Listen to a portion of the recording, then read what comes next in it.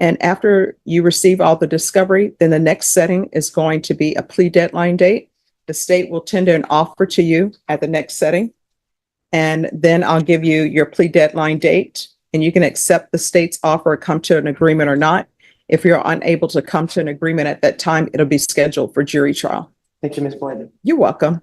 Any other questions? I have no further questions. All right, so Ms. Ferguson is going to give me a date, and then you'll sign it. Mr. Bach will sign it to signify when you're to come back. Hello, how's it going? Could be better. All right, so my understanding, you want to represent yourself? All right, you're more than welcome to represent yourself, but here's the thing. Everybody says that they can be an attorney because... And here we go. The judge is trying to give him the biggest warning possible without outright saying, "This is a terrible idea." A lot of people think representing yourself is just standing up and talking confidently. Until courtroom procedure starts hitting like a freight train. No coaching, no hints, no lifelines. This isn't TikTok debate club. This is felony court. All attorneys do is talk. That's what people think.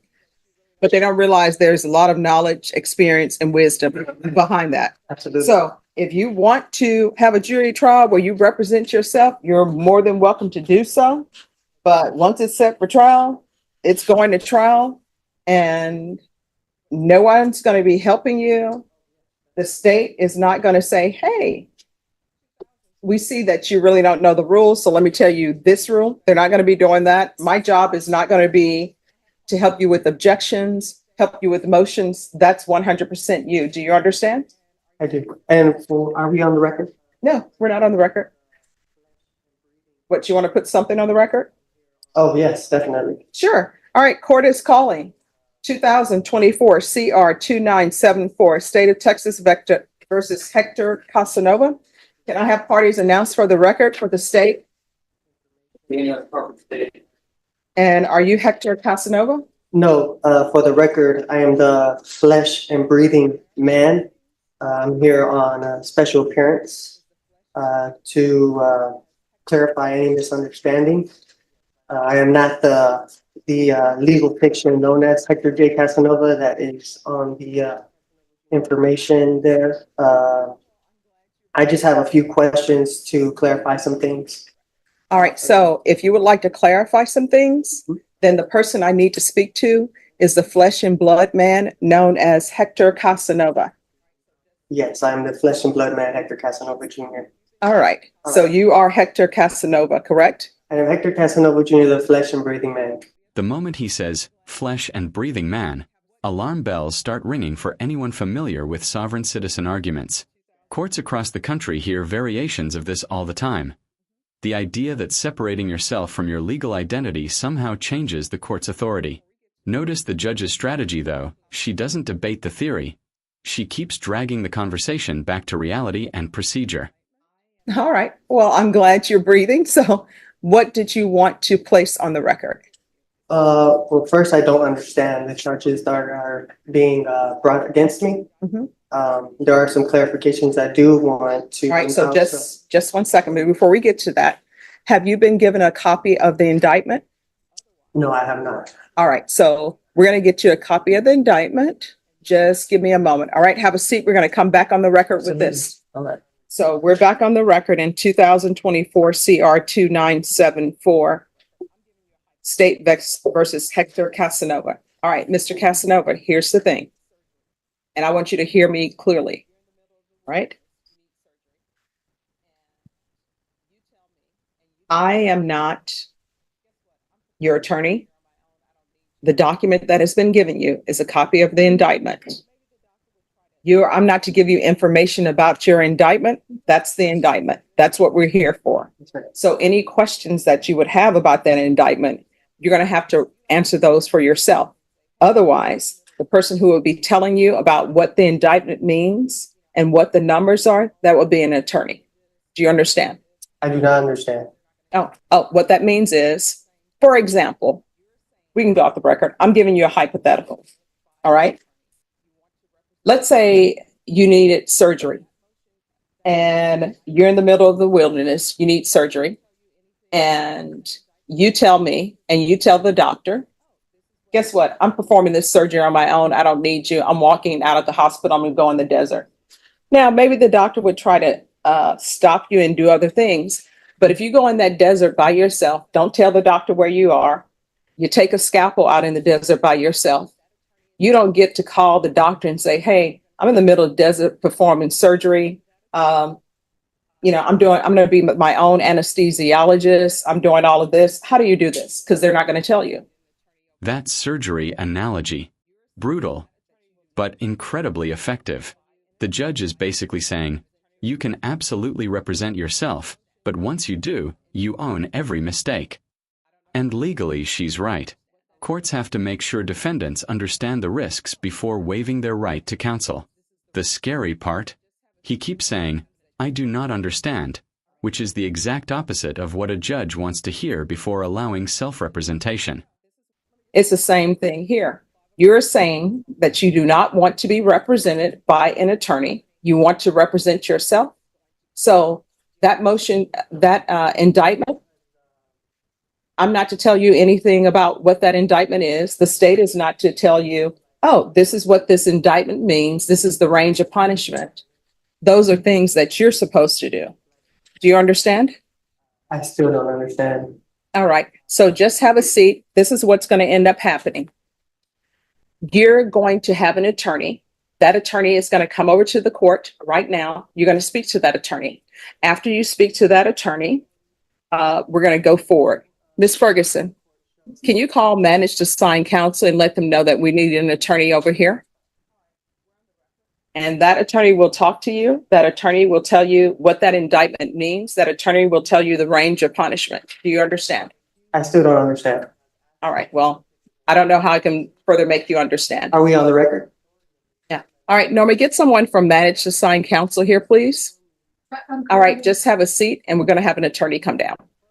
All right. I would like to ask some questions on the record, if I may, while I have your time here. Oh, no. Let me just tell you, you'll have my time till 5 o'clock because that's how long we're here. What is going to end up happening is an attorney from manage to sign counsel is going to come down. Do you understand? I do not understand because I don't feel like I am needing an attorney because I'm here to represent myself as the flesh and breathing man, Hector Kasanova Jr. Let's see.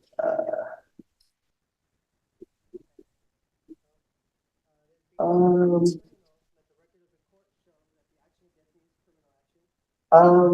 right. So let the record of the court show that I, Hector Kasanova Just 1 Jr. second. The accused Just in the stop. Yes, sorry. All right. We're on the record. So what did you want the record to reflect? So let the record of the court show that I, Hector Kasanova Jr., the accused in this criminal action, has asked the court to divulge the nature and cause of the accusation upon the authority of the Sixth Amendment, and that this court has failed in its duty to inform me of the nature and cause of this action. Furthermore, let me let the stop record you. also show. Mr. Casanova, let me ask you a question. Have you been given a copy of the indictment? I believe so, yeah. All right. So let the record reflect that Mr. Casanova has been given the copy of the indictment. And the copy of the indictment, it tells him what he is charged with. You may continue. Now, these charges, are they civil? Is this a civil charge or a criminal charge? All right. That is something that if you had an attorney to represent you, they would be able to tell you. What the court can tell you is that you are in a felony court and this is a criminal court. Okay. So, this being a criminal, let the record of the court show that the action against me is criminal action. My following question would be, Now we're entering full sovereign citizen script territory. Common law, admiralty law, military tribunal jurisdiction. These arguments explode online because they sound dramatic and intellectual, but in actual courtrooms they almost never go anywhere. Watch the judge carefully. She refuses to get pulled into a debate rabbit hole. She keeps repeating the same point. This is criminal court, period. the Constitution grants this court two types of criminal jurisdiction. Criminal jurisdiction under the common law and criminal jurisdiction under the admiralty or military tribunal. In which of these two jurisdictions does this court intend to try me?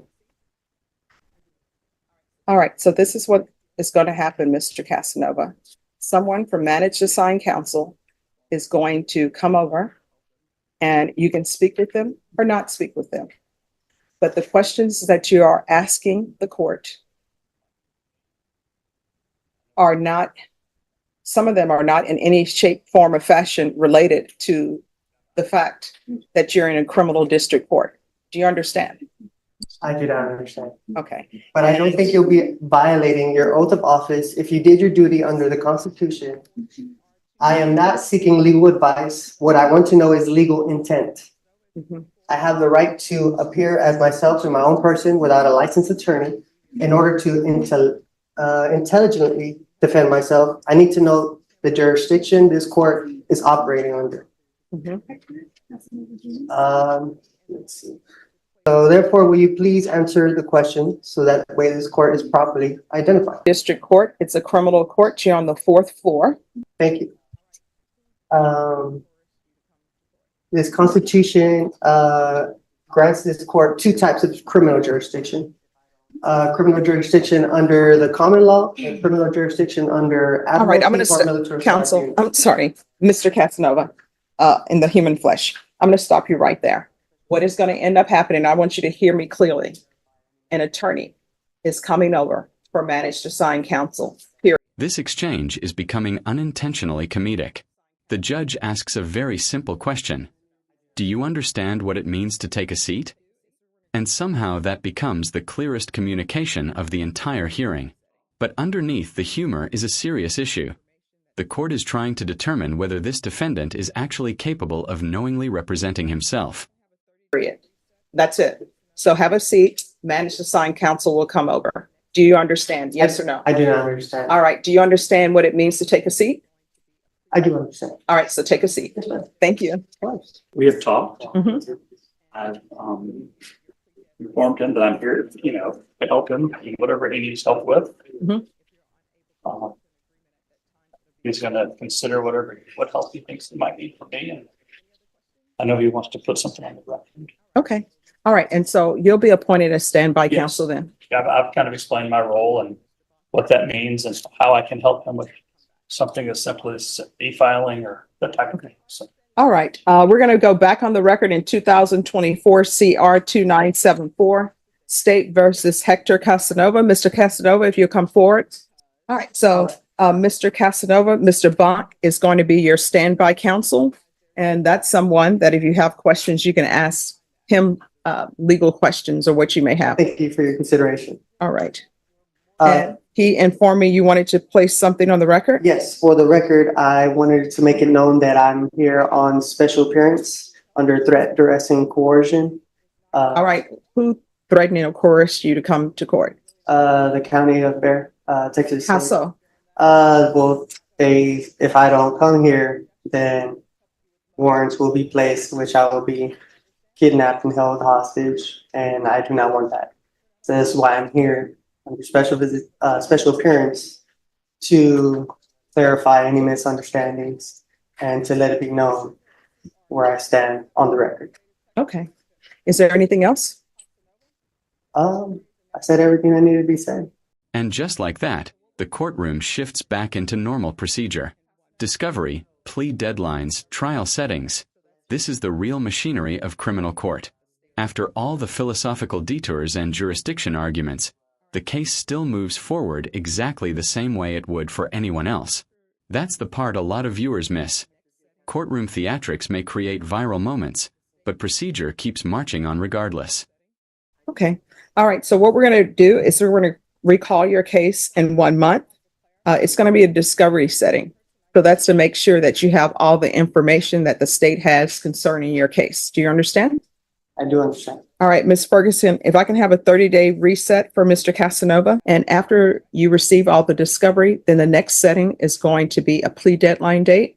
The state will tender an offer to you at the next setting, and then I'll give you your plea deadline date, and you can accept the state's offer or come to an agreement or not. If you're unable to come to an agreement at that time, it'll be scheduled for jury trial. Thank you, Ms. Boyd. You're welcome. Any other questions? I have no further questions. All right, so Ms. Ferguson is going to give me a date, And then you'll sign it, Mr. Bach will sign it to signify when you're to come back. All right. I appreciate your time. All right, you're welcome. And thank you for dressing appropriately for court. What date, Ms. Ferguson? All right, so we'll be back on July 29th. All right, once you sign the reset form, you'll be excused. Yes. If something were to come up and I need to maybe reschedule,